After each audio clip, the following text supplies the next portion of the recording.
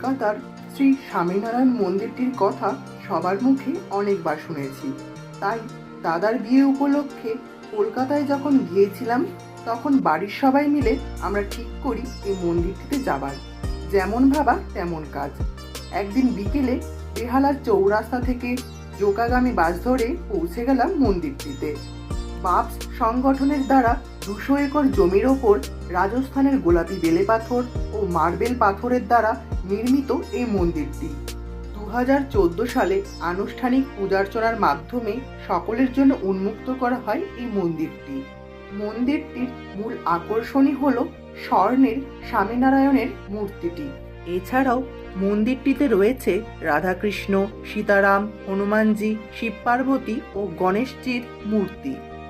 সবার শেষে একটি ফ্যামিলি গ্রুপ ফটো তুলে আমরা ফিরে এলাম বাড়িতে। ধন্যবাদ।